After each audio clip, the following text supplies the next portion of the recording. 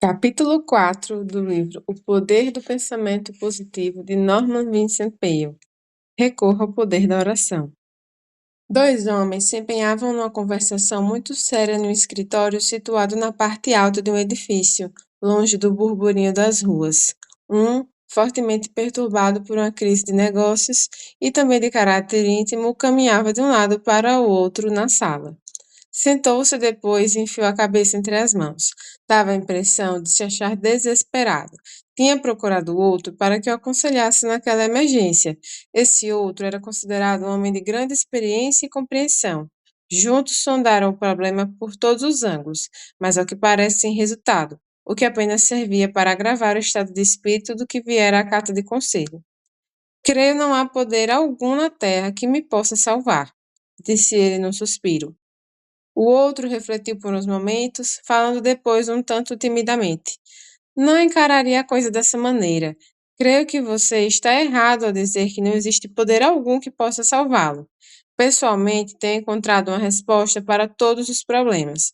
Há uma força que poderá auxiliá-lo, acrescentou depois, lentamente. Por que não experimenta a força da oração? O homem, que se achava desanimado, surpreendeu-se com aquelas palavras.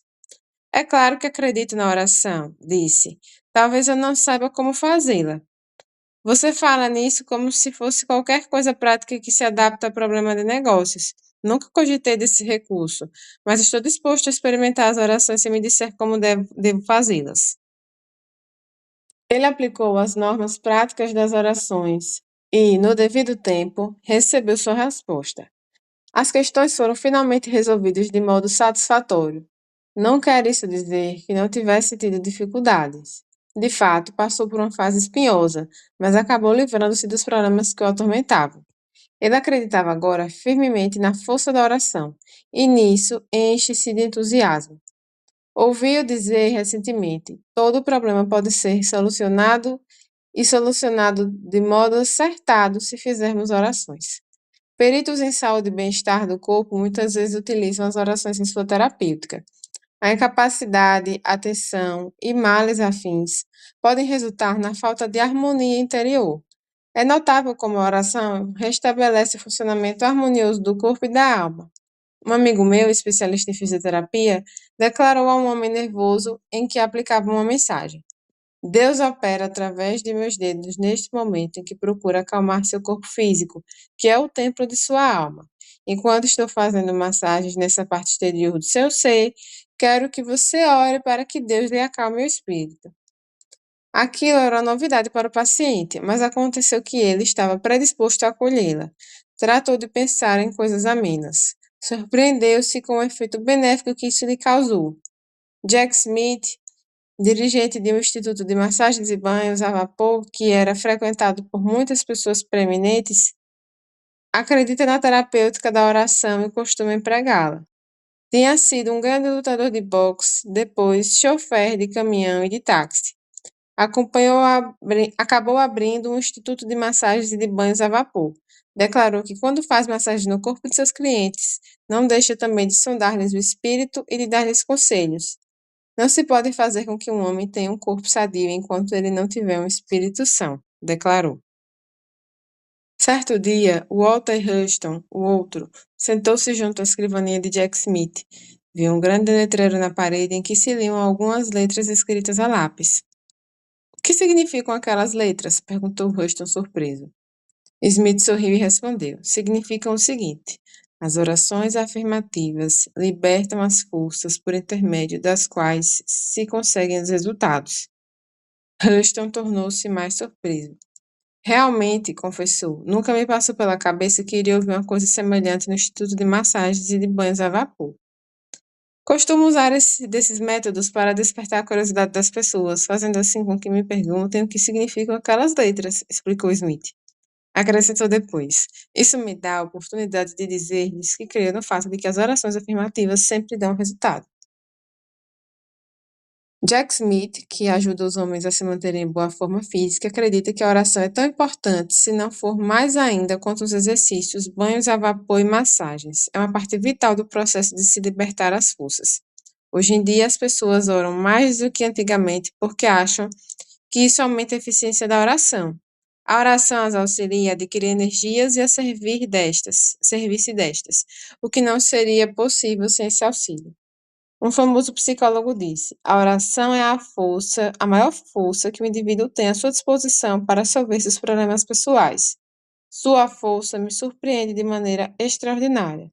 O poder da oração é a manifestação da energia. Assim como existe técnica científica para a libertação da energia atômica, existem também processos científicos para a libertação da energia espiritual através do mecanismo da oração. São evidentes as extraordinárias demonstrações dessa força criadora. O poder da oração parece capaz até mesmo de normalizar o processo de envelhecimento, evitando ou limitando as enfermidades e desgaste físico. Você não tem necessidade de perder sua energia básica ou sua força, ou tornar-se fraco e negligente tão somente por causa dos anos que vão se acumulando. Não há necessidade de permitir que seu espírito se abata ou se torne estagnado ou deprimido. A oração pode dar-lhe novo frescor e nova vida todas as manhãs.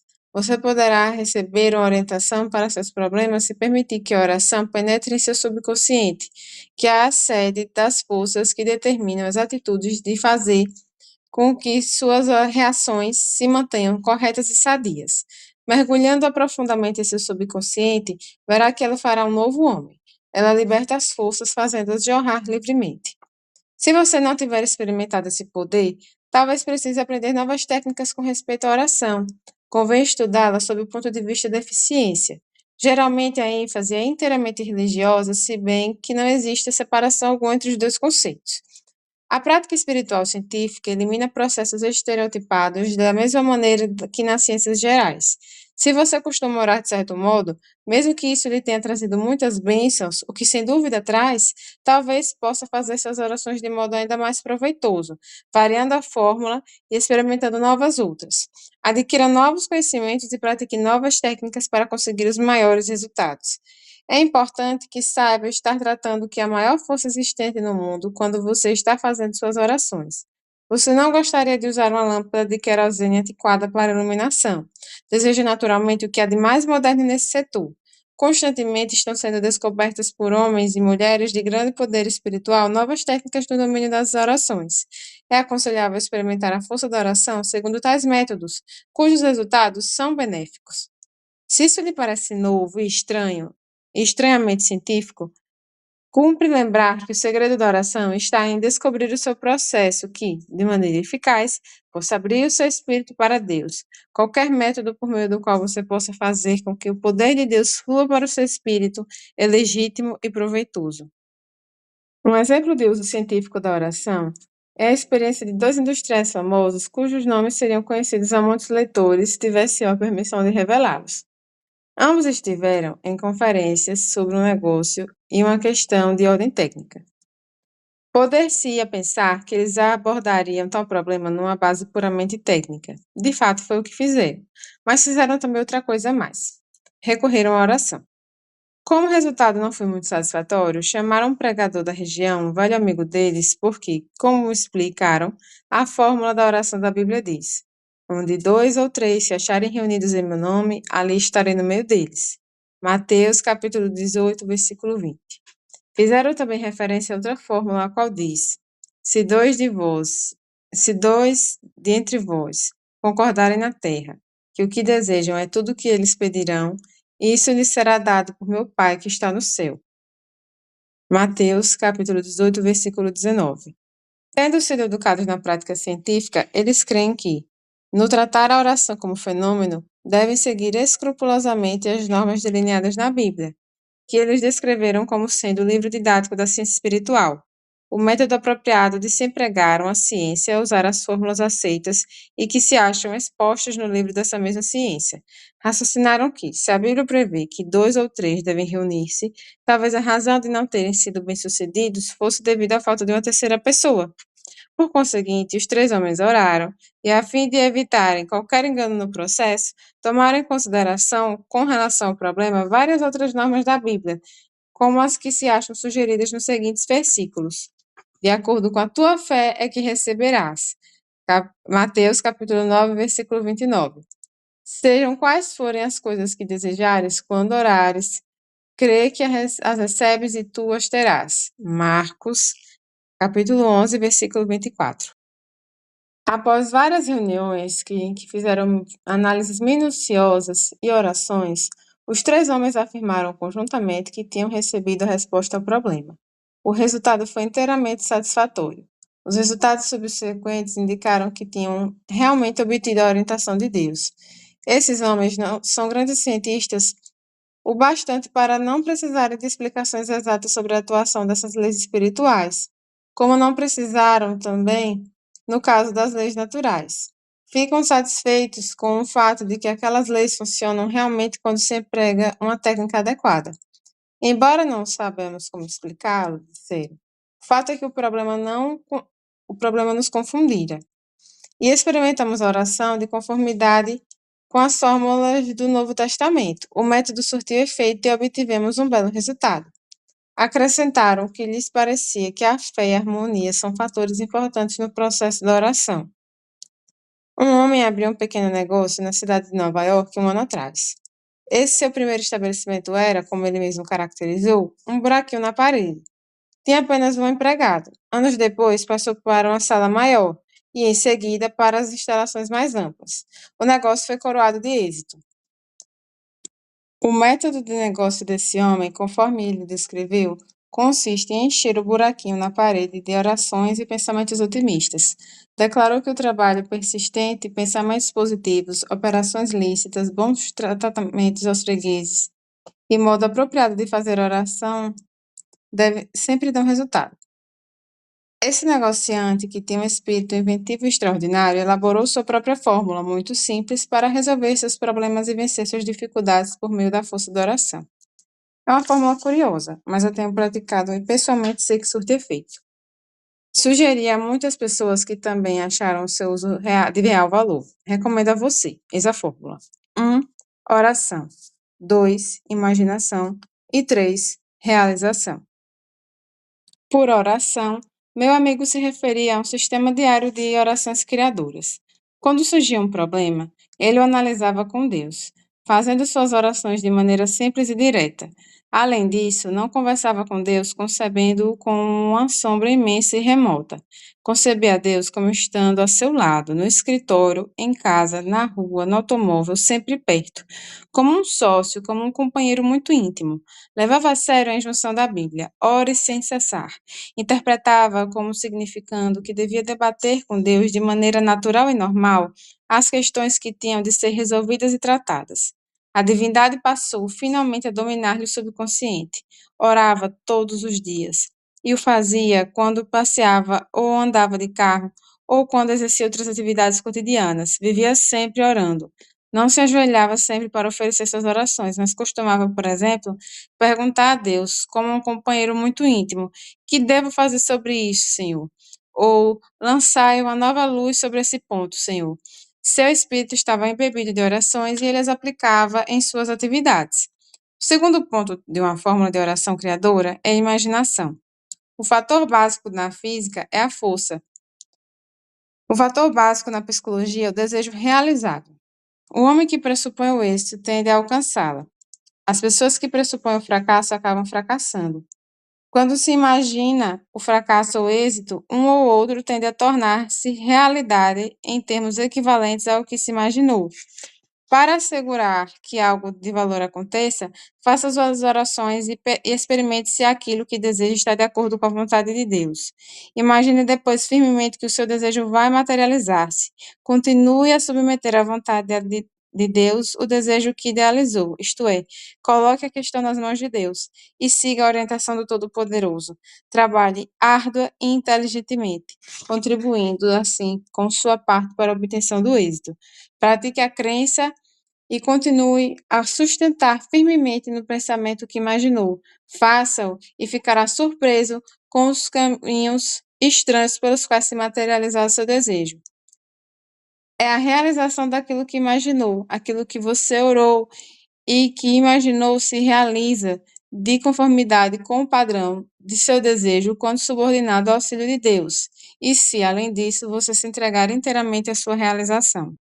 Pratiquei pessoalmente esse método e o acho extraordinariamente eficaz. Foi sugerido a outras pessoas que igualmente informaram ter conseguido adquirir grande soma de energia criadora. Por exemplo, uma senhora descobriu que o marido começara a mostrar-se-lhe indiferente. Havia sido um casamento feliz, mas aconteceu que a mulher mergulhou na vida social e o marido nos negócios. Antes que percebessem, havia deixado de existir entre ambos aquele doce afeto dos velhos tempos. Certo dia, ela descobriu que o esposo estava interessado em outra mulher. Perdeu a calma, tornou-se histérica. Consultou seu pastor, o qual muito sutilmente fez com que a conversação girasse sobre ela mesma. Ela reconheceu que se tinha descuidado do lar e que se tinha tornado egoísta, ferina e irritadiça. Confessou depois que nunca se sentira igual ao marido, sentia-se profundamente inferior a ele e incapaz de igualar-se a ele social e intelectualmente. Refugiou-se então numa atitude antagonística que se manifestava pela petulância e críticas. O pastor viu que a mulher tinha mais talento, capacidade e encanto do que estava revelando. Sugeriu-lhe que criasse uma imagem, um retrato de si mesma como sendo muito capaz e atraente. Muito espirituosamente lhe disse que Deus dirige um instituto de beleza, acrescentando depois que as normas da fé poderiam embelezar o rosto de uma pessoa e dar encanto e graciosidade às suas maneiras. Ensinou-lhe como deveria fazer suas orações e como fazer aquele retrato espiritualmente. Aconselhou-a também a manter sempre no espírito a ideia do restabelecimento daquela antiga afeição e camaradagem, a considerar sempre o esposo como uma criatura bondosa e a idealizar que a harmonia que havia restabelecido entre os dois. Cumpria-lhe sustentar com fé esse quadro. O pastor preparou-a assim para a mais interessante vitória pessoal. Mais ou menos nesse tempo, o marido a informou de que pretendia divorciar-se. Ela havia conseguido dominar-se a ponto de receber com calma aquela notícia. Respondeu simplesmente que estava disposta a conceder-lhe o divórcio se ele desejasse, mas sugeriu que se protelasse aquela decisão por 90 dias, alegando tratar-se de um passo muito sério e definitivo. Se a fim de 90 dias ainda achar que deseja divorciar-se, concordarei com você. Disse aquilo muito calmamente. O marido fitou-a admirado, pois esperava uma cena. Ele saía todas as noites, ela ficava em casa, e na sua imaginação idealizava-o sentado na sua antiga cadeira. O marido não se achava sentado na cadeira, mas a esposa pintava sua imagem ali, muito acomodado, com todo conforto, lendo um jornal como nos velhos tempos. Idealizava-o fazendo uma coisa e outra na casa, como era costume nos bons tempos. Chegou mesmo a imaginá-lo enxugando a louça como nos primeiros dias de casamento. Revia no espírito o tempo em que jogavam golfe juntos e os belos passeios que faziam. Manteve esse quadro com uma fé constante. Certa noite, ele se sentou na antiga cadeira. Ela lançou-lhe um olhar furtivo 2 vezes para ter certeza de que o que via era a mesma realidade. Mas talvez um quadro que se imagina venha a tornar-se realidade. De fato, ele ali estava em carne e osso. É verdade que uma ou outra noite se ausentava, mas com o recorrer dos dias foi ficando mais tempo em casa, sentava-se sempre na mesma cadeira. Começou depois a ler as notícias de um jornal para ela, como antigamente. Num sábado à tarde, perguntou-lhe subitamente se não gostaria de jogar uma partida de golfe. Os dias tinham decorrido agradavelmente e naquele momento ela percebeu que tinha chegado ao 90º dia. Bill, mas é hoje o 90º dia, observou-lhe tranquilamente. O que quer dizer com isso? O que quer dizer com o 90º dia? Perguntou o marido intrigado. Como? Não se lembra? Tínhamos concordado em esperar 90 dias para resolvermos essa questão de divórcio, e hoje é o dia.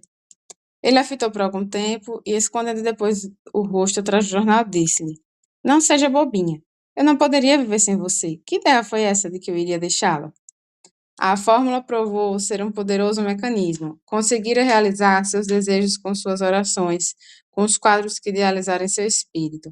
A força da oração solveu o seu problema e o dele também. Conheci inúmeras pessoas que foram coroadas de êxito com a prática desse método, tanto em suas questões pessoais como em seus problemas financeiros.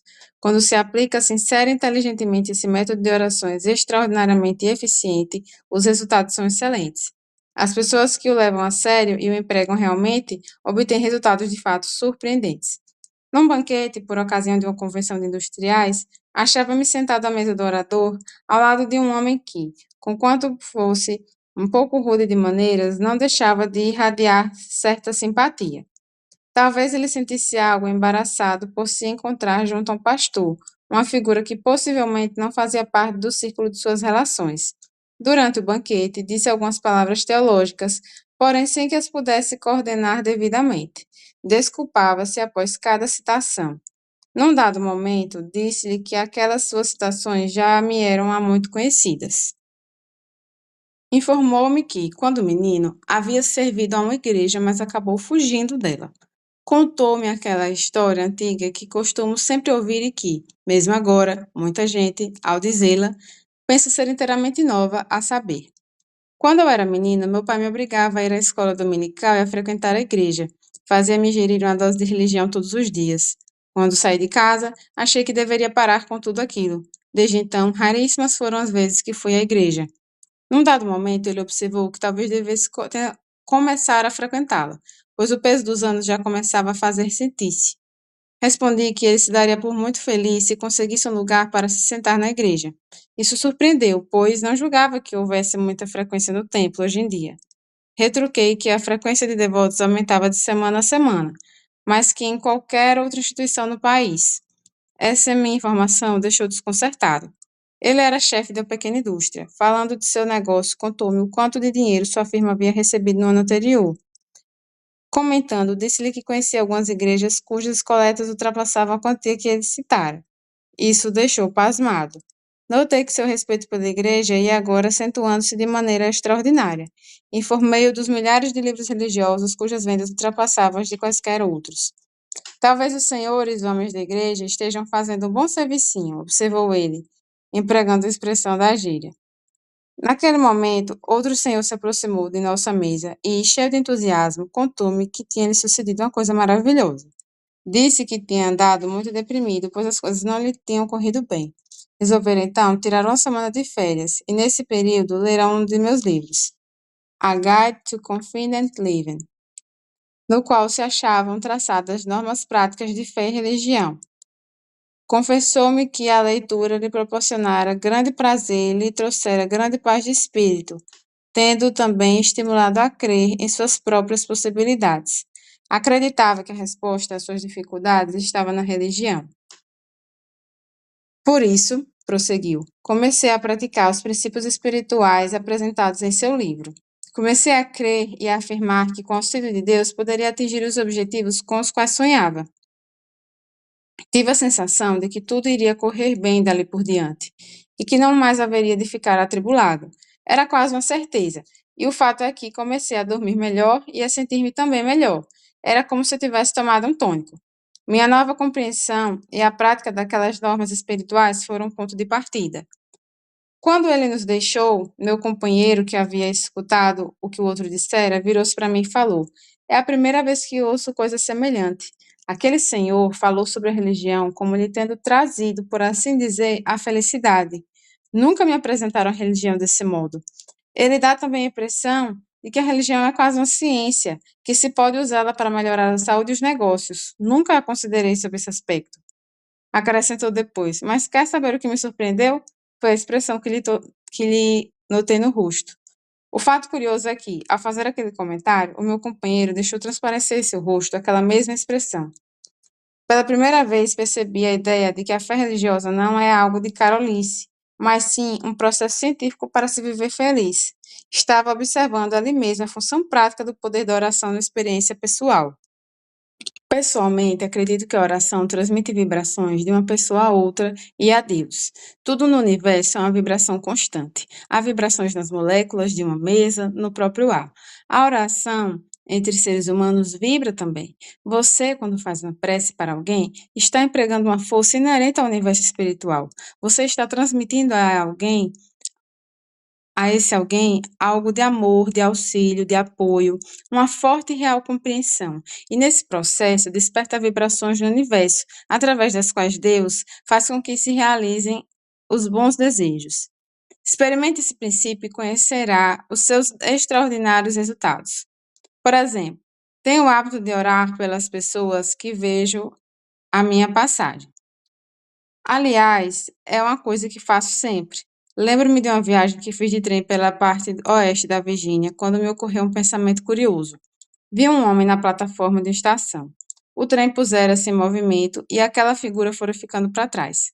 Ocorreu-me que era aquela a primeira vez que a via e também a última. Sua vida e a minha como que se tocaram levemente apenas por uma fração de segundo. Aquele homem seguiria o seu caminho e o meu. Fiz então a prece por ele e pedi a Deus que sua vida fosse sempre coberta de bênçãos. Comecei depois a orar pelas outras pessoas que eu via desfilar a passagem do trem. Orei por um homem que arava um campo e pedi ao Todo-Poderoso que o auxiliasse e lhe desse uma boa colheita. Vi uma mãe dependurando roupas no varal e todas aquelas peças como que me contavam ter ela uma família numerosa. Vislumbrei-lhe o rosto e a maneira com que prendia no varal as roupas das crianças, devia ser uma mulher feliz. Orei para que eu tivesse uma vida cheia de felicidade, que o esposo lhe fosse sempre fiel e para que ela fosse também para com ele.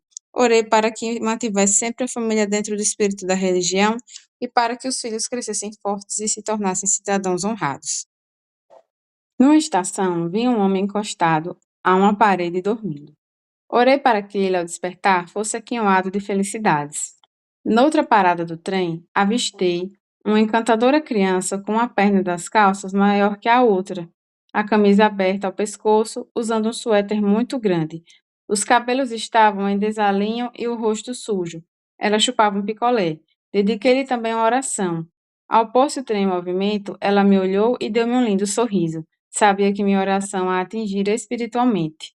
Disse-lhe adeus com as mãos e ela respondeu acenando alegremente para mim. Até aquele ponto, o dia havia estado encoberto. Subitamente o sol surgiu e o rosto da criança como que deixou transparecer a doce alegria de seu coração. Sentia-me feliz intimamente. Essa felicidade, sem dúvida, era devido à força divina que se movia num círculo através de mim. Essa força se esparcia pela criança e voltava para Deus. Parava sobre nós a magia extraordinária do poder da oração. Uma das funções importantes da oração é o estímulo que ela dá às ideias, tornando-as criadoras. Há em nosso espírito todos os recursos de que precisamos para viver felizes. As ideias acham-se presentes em nosso subconsciente e, quando libertadas, podem conduzir ao êxito em qualquer projeto, se devidamente amparadas. Quando o Novo Testamento diz: "O reino de Deus está dentro de nós", Lucas capítulo 17, versículo 21, está nos informando que Deus, nosso Criador, colocou em nosso espírito toda a força e capacidade de que necessitamos para uma vida construtiva. Cumpre-nos arrancá-las de nós mesmos e desenvolvê-las. Vou citar um exemplo. Tem um amigo que se acha ligado a uma companhia na qual é chefe de 4 elementos que ocupam cargos administrativos. A intervalos regulares, esses homens costumam realizar o que chamam uma sessão de ideias, cuja finalidade é extrair todas as ideias criadoras que, porventura, estejam incubadas no espírito de qualquer um dos 4. Usam para essa sessão uma sala na qual não se vêem telefones, campainhas ou qualquer outro equipamento no escritório. A janela dupla é completamente isolada, de modo que os ruídos da rua ficam, em grande parte, eliminados. Antes de começar a sessão, o grupo despende 10 minutos em prece silenciosa e meditação. Concebem Deus como intervindo de maneira criadora em seus espíritos. Cada um, a seu modo, faz uma oração, afirmando que Deus está prestes a libertar de si as ideias que são necessárias para suas operações comerciais. Em seguida a esse período tranquilo, começam todos a conversar e a expor as ideias que lhes vieram ao espírito. Escrevem-nas em cartões, os quais ficam depois sobre a mesa. Não se permite crítica a qualquer uma das ideias nessa sessão especial, pois uma discussão poderia fazer cessar o fluxo dos pensamentos criadores. Recolhem-se depois os cartões e cada um é considerado numa reunião posterior. É a sessão em que se extraem ideias estimuladas pela força da oração. Quando inauguraram essa prática, uma alta porcentagem de ideias então sugeridas resultou ser de pouco valor, mas à medida que foram prosseguindo com as sessões, o número de ideias boas foi aumentando. Muitas das melhores sugestões que demonstraram mais tarde ser de grande valor prático surgiram de tais reuniões. Como explicou um dos elementos da administração, conseguimos resultados que aparecem em nossa folha de balanço e, além disso, adquirimos nova sensação de confiança. Mas ainda existe um profundo sentimento de camaradagem entre nós 4, sentimento este que se espalha pelos demais membros da organização. Em que situação fica o negociante antiquado que diz que a religião é coisa teórica que não se coaduna com negócios? Hoje em dia, qualquer negociante, competente e feliz em seus empreendimentos, quer empregar os últimos métodos de eficiência comprovada para a produção, distribuição e administração. Muitos estão descobrindo que um dos maiores de todos esses métodos é o do poder da oração. Em toda parte, vêem-se pessoas ativas que estão percebendo que, com a adoção da prece, estão se sentindo em melhores condições físicas, trabalham, agem, dormem e passam melhor. Meu amigo Grove Peterson, redator do jornal Braille de Toledo, é um homem de extraordinário vigor. Ele diz que a sua energia advém, em parte pelo menos, de seus métodos de orações. Por exemplo, gosta de adormecer quando faz sua prece, pois crê que seu subconsciente descansa mais nessa ocasião. É no subconsciente que a nossa vida se encontra em grande parte governada. Se você deixa cair nele uma prece no momento em que está assim de repouso, ela produzirá um extraordinário efeito. Outrora eu ficava aborrecido quando adormecia em meio às minhas orações, mas agora eu procuro mesmo cultivar esse hábito, comentou o Sr. Peterson, sorrindo. Tive conhecimento de muitos métodos de orações, mas um dos mais eficientes é o que Frank Laubach advoga em seu excelente livro Prayer: The Highest Power in the World. Considero um dos livros de oração mais práticos, pois traça novas normas de efeito comprovado. O Dr. Laubach crê que a verdadeira força é gerada pela oração. Um de seus métodos é passear pelas ruas e atirar orações às pessoas que passam. A isso dá o nome de orações relâmpagos. Ele bombardeia de orações os transeuntes, enviando-lhes pensamentos eivados de amor e boa vontade. Diz que as pessoas que passam por ele, quando atira suas orações, muitas vezes se viram e lhe sorriem. Elas sentem a emanação de uma força semelhante à energia elétrica. Quando no ônibus, o Dr. Loubach costuma atirar orações aos passageiros. Uma vez, ele estava sentado atrás de um senhor que parecia estar preocupadíssimo. Notara-lhe a carranca quando subira no veículo. Começou a enviar-lhe orações de boa vontade e fé, concebendo-as como envolvendo o indivíduo e penetrando-lhe no espírito. Subitamente, o homem começou a afagar a parte de trás da cabeça. Quando saiu do ônibus, já não mostrava um rosto carrancudo. Um sorriso cobria-lhe as feições. O Dr. Loubach acredita ter muitas vezes modificado a atmosfera de um vagão ou um ônibus cheio de passageiros por esse processo de sussurrar orações em torno de si. Certa vez, num carro Pullman, um homem meio embriagado estava se tornando demasiado inconveniente com seu palavreado e grosserias. Percebi que caiu logo na antipatia das outras pessoas. Resolvi experimentar o método de Frank Loubach. Comecei, pois, a orar por ele, entre mentes, procurava concebê-lo em sua melhor feição e, pelo pensamento, transmitia-lhe palavras de boa vontade. Passado algum tempo, sem que parecesse haver uma razão qualquer, o homem virou-se para minha direção, lançou-me um sorriso e, levantando a mão, fez um gesto de saudação. Mudou de atitude. Não falou mais uma palavra durante todo o trajeto. Tenho toda a razão para acreditar que minhas orações e pensamentos chegaram efetivamente até ele. Antes de fazer minhas prédicas ou alocuções, seja onde for, costumo orar pelas pessoas presentes e enviar-lhes pelo pensamento palavras de amor e de boa vontade. Às vezes escolho para meu alvo uma ou duas pessoas que pareçam estar deprimidas ou se mostrem mesmo antagonistas. A elas dirijo então os meus pensamentos e orações. Recentemente, ao fazer uma alocução na Câmara de Comércio de uma cidade do Sudoeste, por ocasião de um jantar que nela se realiza anualmente, notei na assistência um homem que me olhava com o rosto carrancudo. Podia muito bem ser possível que sua expressão facial nada tivesse a ver comigo, mas o fato é que parecia bastante antagonístico. Antes de dar início à minha locução, orei por ele e atirei-lhe pelo pensamento uma série de palavras amigas e cheias de fé. Continuei a fazê-lo, mesmo no decorrer do meu discurso. Fim da reunião, estava ainda recebendo cumprimentos das pessoas que me cercavam, quando subitamente vi minha mão fortemente sacudida. E por quem? Por aquele homem, e ele sorria largamente. Francamente, não gostei do senhor quando vim a esta reunião, disse ele. Não gosto de pastores e não via razão para que o convidassem para falar durante o jantar de nossa Câmara de Comércio. Estava certo de que o Senhor não se sairia bem no seu discurso. Acontece que, quando o Senhor começou a falar, qualquer coisa pareceu mexer aqui dentro de mim. Tenho a impressão de ser outro homem. Tive uma estranha sensação de paz. E para os diabos, fiquei gostando do Senhor. Não foi a minha alocução que produziu aquele efeito, mas sim a emanação da força da oração. Temos em nosso cérebro um verdadeiro acumulador que transmite a força por meio de pensamentos e orações. A força magnética do corpo já foi comprovada. Temos milhares de pequeninas estações emissoras, as quais, ao serem ligadas pela oração, irradiam uma corrente poderosa que passa pelos seres humanos. Podemos transmitir a força por meio de orações, as quais agem como estações emissoras e receptoras. Havia um homem, um alcoólatra, por quem eu me interessava. Fazia 6 meses, mais ou menos, que ele não bebia. Ele fizera uma viagem de negócios e, numa terça-feira, cerca de 4 horas da tarde, tive uma forte impressão de que ele se achava em dificuldade. Sua figura me dominava o pensamento.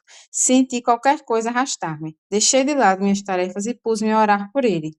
Fiz durante meia hora. A impressão como que desapareceu. E dei então por fim da minha prece. Dias depois ele me telefonou. Estive toda semana em Boston, declarou, e quero que o senhor saiba que não pus uma gota de álcool na boca, se bem que tivesse passado por um mau bocado no princípio da semana. Isso foi na terça-feira, às 4 horas da tarde? Indaguei. Sim, foi. Como é que soube? Quem lhe contou? Perguntou surpreso. Ninguém me contou, isto é, nenhuma pessoa me disse coisa alguma. Descrevi a impressão que me assaltara o espírito naquela terça-feira, às 4 horas da tarde, e disse-lhe que tinha orado durante meia hora por ele. Percebi sua admiração ao explicar-me que naquela ocasião estava no hotel e se detivera no bar. Travaram uma grande luta consigo mesmo para não beber. Pensaram em mim e sentiram a necessidade de mim naquele momento, quando então começaram a orar. Sua prece chegou até a mim e eu comecei a orar por ele. Assim, juntos, tínhamos completado o circuito. Nossas orações alcançaram Deus e o homem obteve sua resposta, adquirindo a força de que precisava para enfrentar aquela crise. E o que fez ele? Dirigiu-se a uma confeitaria, comprou uma caixa de bombons e comeu tudo. Foi o que o salvou daquela situação. Orações e bombons. Uma senhora casada, ainda jovem, confessou-me que alimentava muito ódio, ciúmes e ressentimentos para com suas vizinhas e amigas. Vivia também muito apreensiva, sempre preocupada com os filhos, receando que viessem a ficar doentes ou que sofressem um acidente ou que fracassassem no estudo. Sua vida era cheia de pesares, temores, ódios e infelicidades. Perguntei-lhe se orava alguma vez. Respondeu que o fazia somente quando se sentia aflita, mas admitia que isso não lhe dava nenhum consolo, razão por que não fazia orações frequentemente. Fiz-lhe ver que a prática de uma oração verdadeira poderia modificar-lhe a vida. Recomendei-lhe que somente desse guarida no espírito a pensamentos bons e animadores. Sugeri-lhe que todos os dias, à hora das crianças virem da escola, fizesse suas preces a Deus e lhe pedisse proteção. A princípio, ela não se mostrou muito confiante quanto ao resultado de minhas recomendações, mas acabou tornando-se uma das mais fervorosas adeptas dessa prática de orações. Lê avidamente livros e boletins religiosos e não deixa de observar as normas para a conquista dessa força inefável que temos em nós mesmos. Esse processo lhe renovou a vida, como se vê pela seguinte carta que me escreveu recentemente. Creio que meu marido e eu fizemos maravilhoso progresso nessas últimas semanas. O meu maior progresso data da noite em que o Senhor me disse que todo dia é um dia bom para se orar. Comecei então a pôr em prática a ideia de me afirmar ser todo dia um bom dia para se fazer uma prece, o que faço assim que acordo de manhã. Posso dizer positivamente que não tive um dia ruim ou atribulado desde aquela ocasião. O fato extraordinário é que meus dias verdadeiramente não têm sido mais fáceis ou livres de um aborrecimento qualquer. Mas acontece que tais dificuldades e aborrecimentos não têm mais o poder de atribular-me. Todas as noites começo minhas orações fazendo uma lista de todas as coisas pelas quais sou grata. Pequeninas coisas que me aconteceram durante o dia e que me proporcionaram felicidade. Sei que esse hábito fez com que o meu espírito se concentrasse apenas naquilo que só nos proporciona o bem. Não deixa de ser maravilhoso o fato de eu não ter tido, durante 6 semanas, um único dia ruim e qualquer ressentimento contra quem quer que seja. Ela descobriu uma força extraordinária do poder da oração. Você poderá fazer o mesmo. Eis 10 regras para conseguir, com a oração, ótimos resultados. 1. Deixe seus afazeres por alguns minutos todos os dias para, nesse período em silêncio, concentrar seus pensamentos em Deus. Isso fará com que se torne espiritualmente receptivo. 2. Faça depois sua prece usando palavras simples, naturais. Conte a Deus tudo o que lhe vai pelo pensamento. Não pense que deve empregar frases religiosas estereotipadas. Converse com Deus em sua própria linguagem. Ele o compreende. 3. Ore quando for para o trabalho, no ônibus, no automóvel, mesmo quando estiver sentado à sua escrivaninha. Recorra a pequeninas orações, fechando os olhos às coisas deste mundo e concentrando-se por breve espaço de tempo, como se Deus estivesse presente.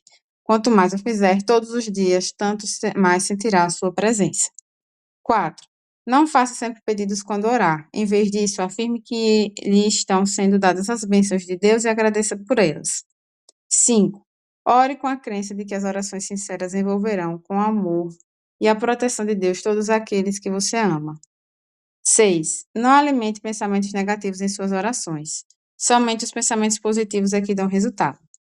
7. Manifeste sempre sua aquiescência em aceitar as vontades de Deus. Peça o que quiser, mas esteja pronto a receber o que Deus lhe dê. Talvez seja melhor do que aquilo que você pediu. 8. Cultive sempre a atitude de colocar tudo nas mãos de Deus. Peça que lhe seja dada a capacidade de proceder sempre da melhor maneira e de deixar confiantemente a solução nas mãos de Deus. 9. Ore pelas pessoas com as quais não simpatiza e que o tenham tratado mal. O ressentimento é barreira número 1 da força espiritual. 10. Faça uma lista das pessoas por quem deve orar. Quanto mais prece fizer por outras pessoas, especialmente por aquelas com quem não tenha relações, tanto mais resultados haverá de receber nas orações.